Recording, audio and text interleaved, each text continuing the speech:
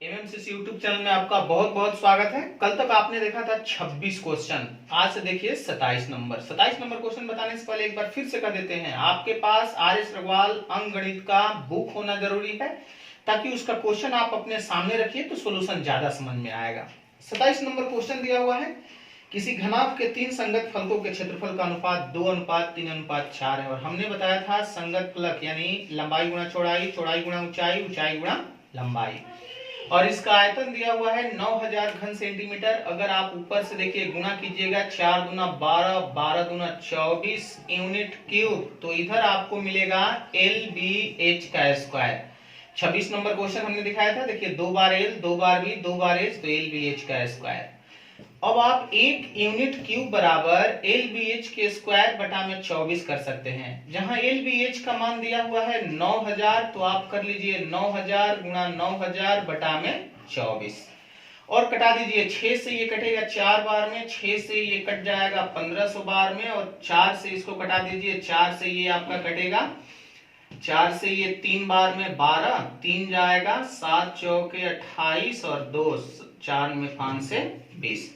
आप तोड़ेंगे तो एक यूनिट क्यूब उधर जाएगा, रूट बनाएगा 375, 375 को भी आप तोड़ दीजिए, 125 बार में ये आपका टूट गया, 3 से कट टूट गया 125 बार में, और 3 से ये आपका टूटेगा 3 गुणा 3 गुणा 1000 आप कर सकते हैं। तो देखिए यहां से जैसे ही हल कीजिएगा, एक 3 निकल गया, एक 5 निकल गया और एक 10 निकल गया। तो ऐसा नहीं कि 150 आपका लंबाई चौड़ाई ऊंचाई आ गया, ये एक यूनिट का वैल्यू आया। यहां से ये LB का मान आएगा 300, BH का वैल्यू आएगा 450 और HL का वैल्यू आएगा 600।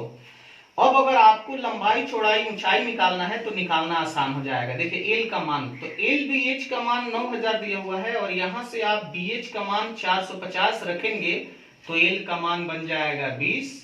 B बराबर यहां से HL का मान 600 यहां रखेंगे तो ये 600 जाके भाग लगाएगा और ये बन जाएगा 15, और आपको H का मान निकालना होगा तो 300 से यहां भाग लगाइए तो 30। एक बार फिर से बता देते हैं कि यहाँ LBH का मान 9000 दिया है, एक यूनिट का वैल्यू 150 आया, तो देखिए LB, BH, HL का मान निकाल दिए।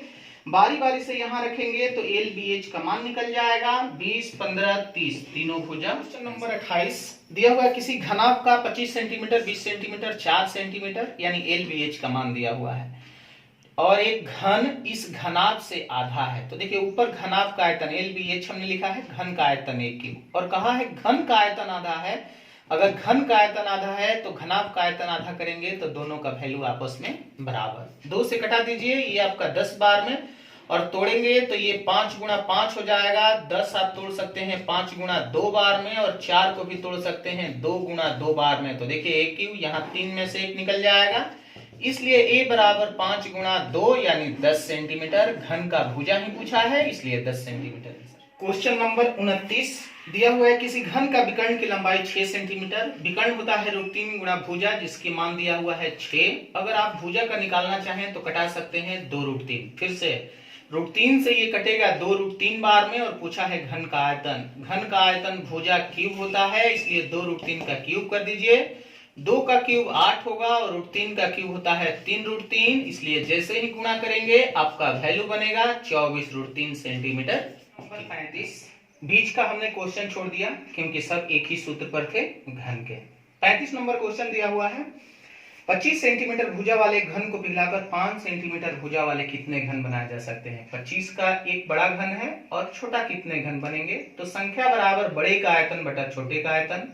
चूंकि ये घन दिया हुआ है तो घन का आयतन भुजा क्यूब होता है, तो हमने कर दिया 25 गुणा 25 गुणा 25, और यहाँ भुजा का क्यूब करेंगे 5 गुणा 5 गुणा 5। तो देखिए ये आपका 25 खत्म, 5 से ये 5 बार में, और 25 में 5 से गुणा करेंगे, घनों की संख्या बन गया 125। क्वेश्चन नंबर 36 दिया हुआ है, 3 घन जिसकी भुजा 6, 8, 10, इसको पिघलाकर एक बड़ा घन बनाया गया है, तो उसकी भुजा कितना। हम जानते हैं इसको पिघलाएंगे तो इसका आयतन हो जाएगा 1 क्यूब, ये दूसरे का क्यूब और ये तीसरे घन का क्यूब बराबर बड़ा घन का क्यूब यानी बड़ा ए का क्यूब।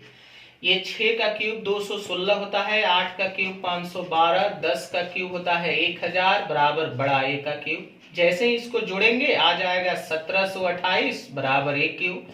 आपको बड़ा भुजा का मान निकालना है। जैसे ही आप रूट में डालेंगे कि ये 1728 होता है 12 का क्यूब, इसलिए बड़ा घन का भुजा निकल जाएगा 12। नंबर 40 दिया हुआ है 8 सेंटीमीटर कोर वाले दो घन, उनके सिरे मिलाने पर घनाभ बनाया गया, तो घनाभ का पृष्ठीय क्षेत्रफल कितना। देखिए हमने भुजा 8 सेंटीमीटर ले लिया और इसको दो घन को अगर सटा के आप घनाभ बनाते हैं तो सिर्फ और सिर्फ लंबाई बढ़ता है। देखिए एक घन ऐसे दूसरा सटाएंगे ना तो सिर्फ लंबाई बढ़ेगा, चौड़ाई और ऊंचाई नहीं बढ़ता है।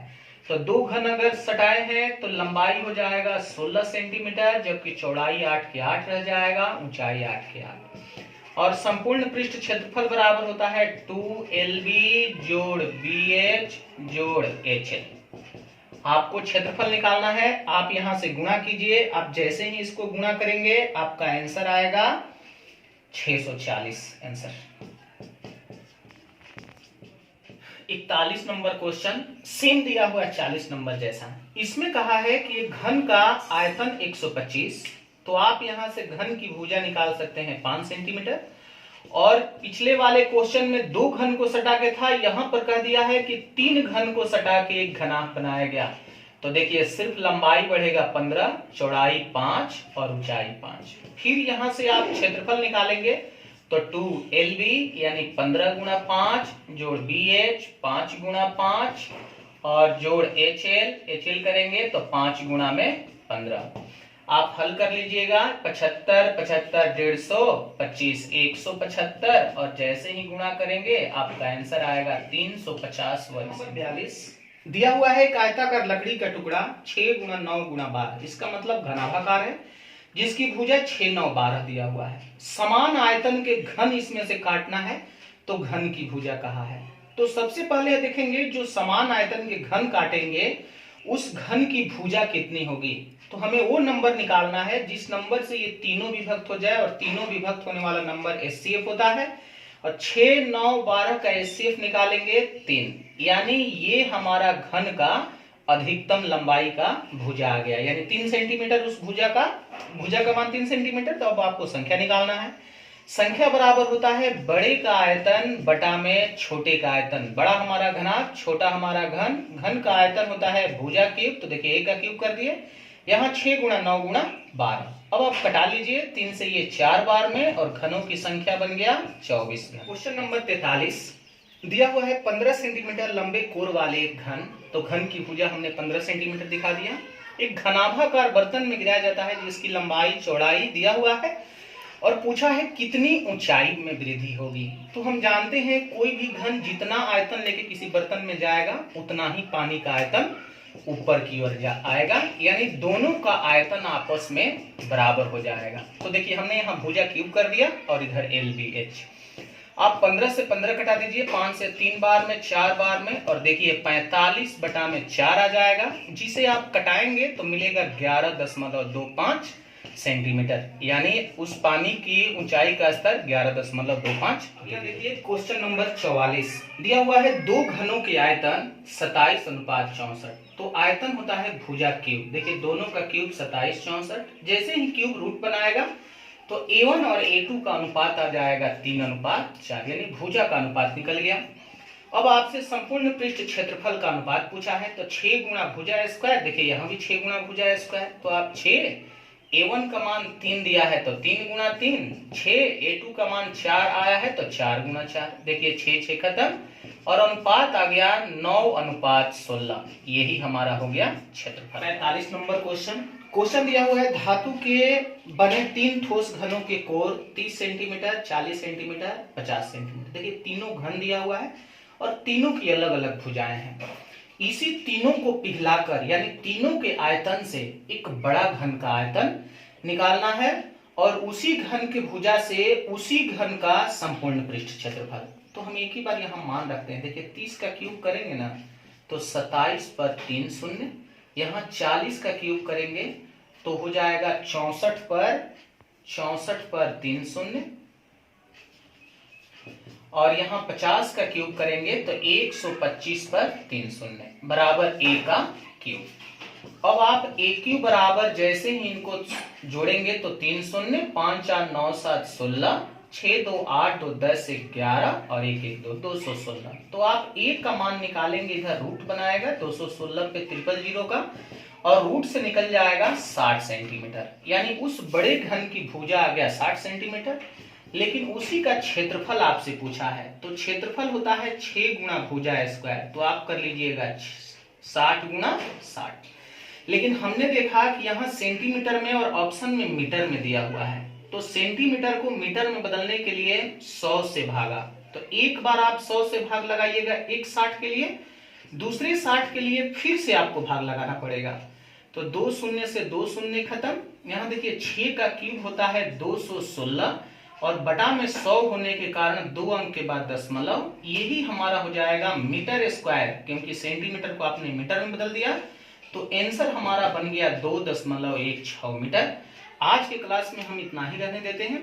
हमने कुछ क्वेश्चन बीच में छोड़ दिया, क्योंकि आप क्वेश्चन में देखिए एक ही टाइप के बहुत सारे क्वेश्चन थे, तो हमें बताने की जरूरत नहीं पड़ेगी, आप खुद ही देख लीजिएगा तो समझ में आ जाएगा, पूरा सूत्र पर ही है। और आसान क्वेश्चन के कारण थोड़ा जल्दी जल्दी में भी बता दिए हैं, ताकि अगले क्लास में आपको बेलन और शंकु बता सके। धन्यवाद।